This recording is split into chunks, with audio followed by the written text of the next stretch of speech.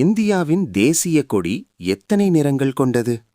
ஏ 2, B 3, C 4, D 5.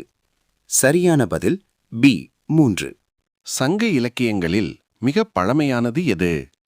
ஏ Silappathikaram, B Tolkappiyam, C Thirukkural, D Manimekalai. சரியான பதில் B Tolkappiyam. உலகின் மிகப் பெரிய கடல் எது? ஏ இந்திய பெருங்கடல், பி அட்லாண்டிக் பெருங்கடல், சி பசிபிக் பெருங்கடல், டி ஆர்க்டிக் பெருங்கடல்.